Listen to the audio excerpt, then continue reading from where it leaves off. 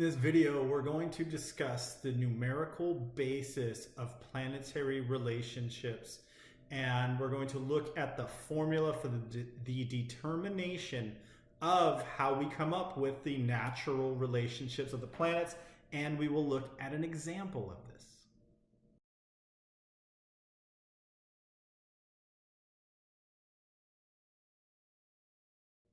Once again, thank you for taking time to watch this video, and hopefully if you like what you see, you give it a thumbs up. If you don't, you know what? Give it a thumbs down. I'm cool with that.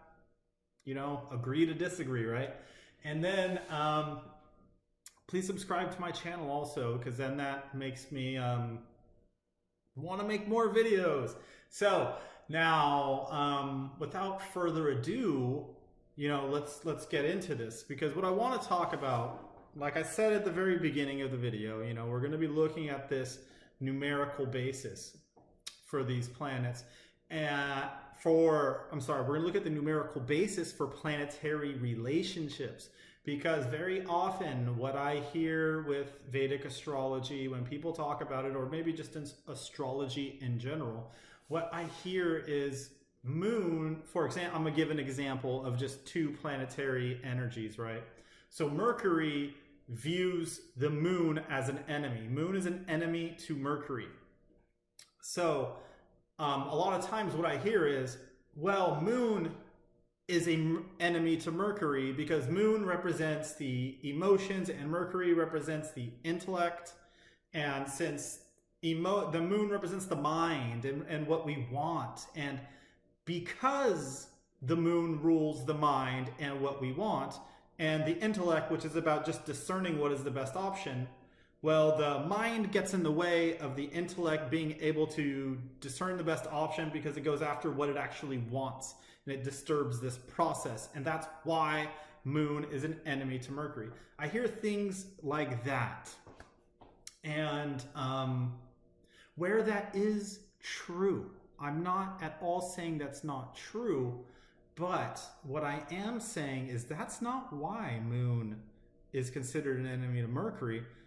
That just happens to be because moon is an enemy to Mercury and moon rules the mind, Mercury rules the intellect. We can look at those two things and we can therefore ascertain that that is what is happening.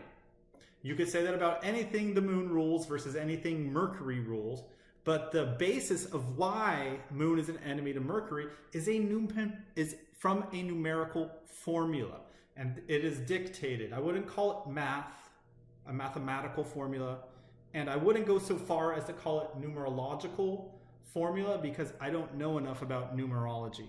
Perhaps that is at the basis of this, but without further ado, let's go ahead and bring up this graphic here. So from this graphic, I'm just going to read it, and it's very simple. This is the determination for natural planetary relationships, because you can look at charts that show Sun's enemies are Saturn and Venus, and its friends are Sun, Moon, and Jupiter. And you can see that, and it's just like that, because that's honestly how I learned planetary relationships, strictly off memorization of that chart. Whereas if I would have known this right here, then what I would have been able to, it would have just been like, oh my gosh, that's so much easier. That makes so much more sense. And so that's why I want to make sure that this information is at least getting out there, because it's very important.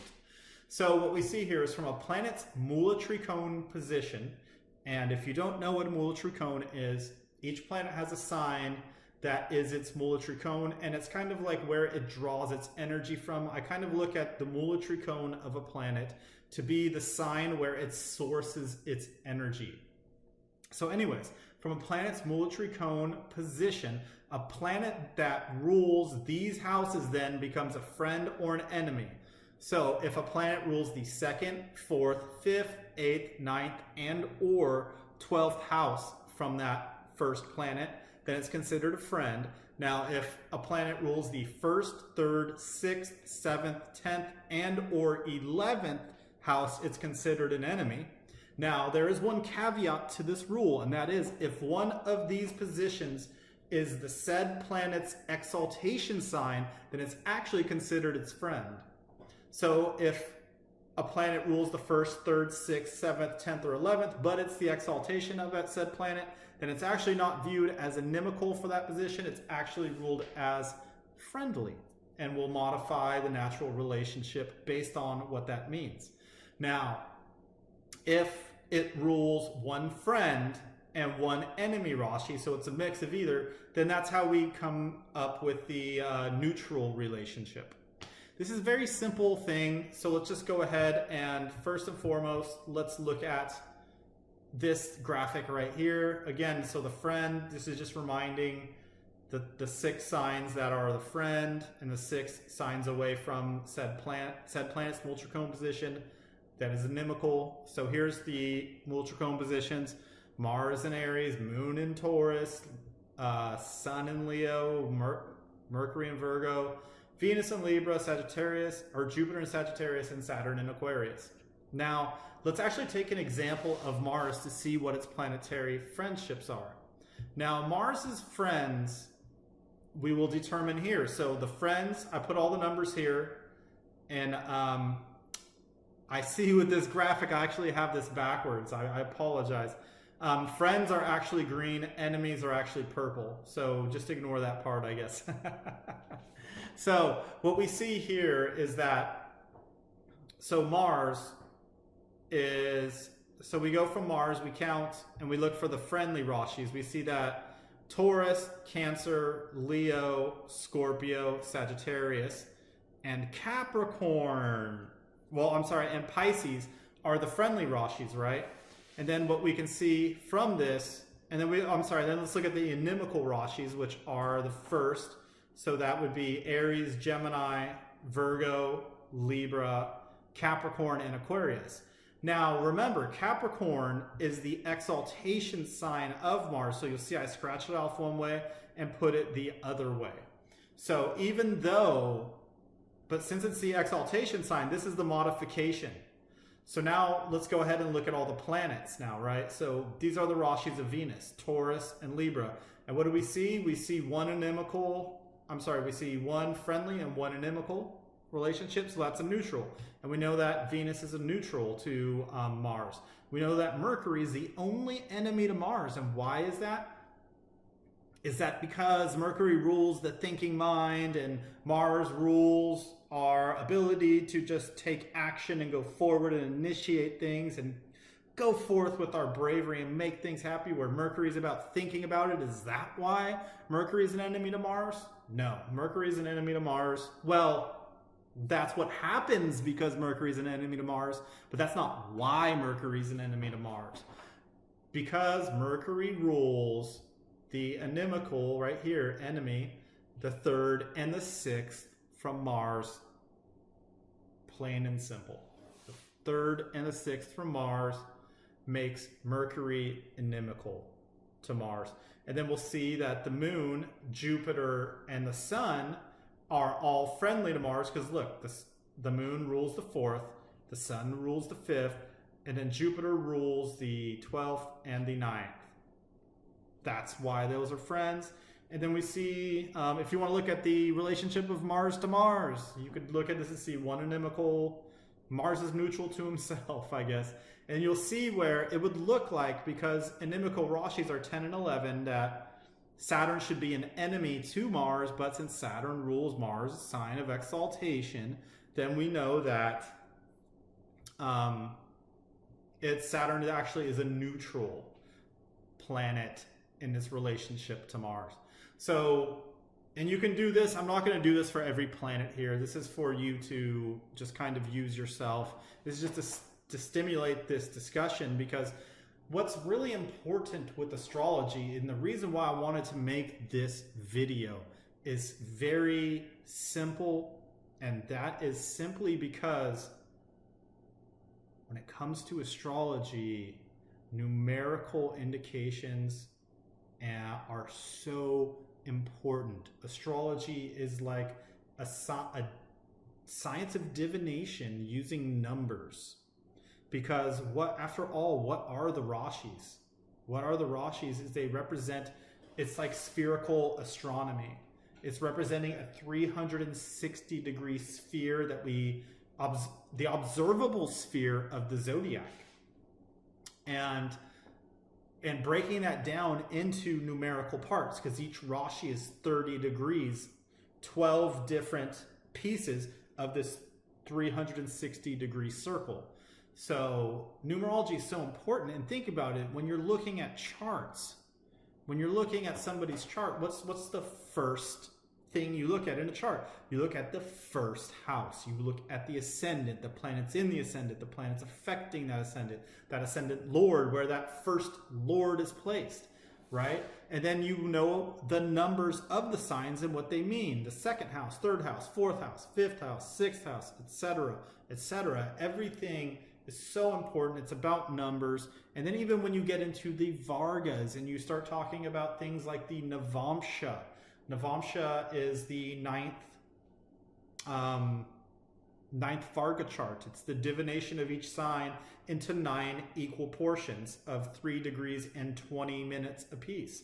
So numerical considerations are so important for astrology. It really is the backbone to astrology. I have Brihat Parashara Hora Shastra, a copy of it right here. And in this book, everything about what it talks about is this. This is where I got this formula for the for planetary relationships. So much of this, I mean, when we talk about the excuse me, I just opened it to the chapter on the Upagrahas, which are like the shadow planets. The understanding of the shadow planets are all, you subtract the longitude of the sun by this, or you manipulate the longitude of the sun and the other planets, things of this nature. You come up with these mathematical points. So much of it is math. So much of astrology is math, and it's numerical indications and bases. So it's important when we think about the relationships of the planets to each other, of who's a friend to a planet, who's an enemy to a planet, that you come back to these numbers. You come back to this idea right here. You think of this and these indications. This is so much more the basis and the foundation of understanding astrology. Because the other ways, like when I described earlier in the video, when I talked about Moon being an enemy to Mercury, that what I gave you was what I call the flowery description. And don't get me wrong, that flowery description is 100% correct in the way that the energy of these planets will manifest. But that's not. What I'm using is it's almost like I'm making an analogy of the intellect and the mind, and saying that the mind or the emotional body interferes with the intellect, but it's because of this numerical relationship that we can see those two things there. So one of the beauties of astrology too, when you know what the moon rules and you know what Mercury rules, and you know what the moon's going to interfere with Mercury's ability to naturally produce its indications, and once you know about all the Karaka ships, all the things attached with each of the planets, you can get an understanding of life. You can get an understanding of how things work. You can get an understanding of where people have problems in their life, and not just necessarily problems in their life, where they have the potential, the greatest potential for conflicts, the greatest need to find balance with those energies in their life. You can see what type of karmic issues that they may be coming up against.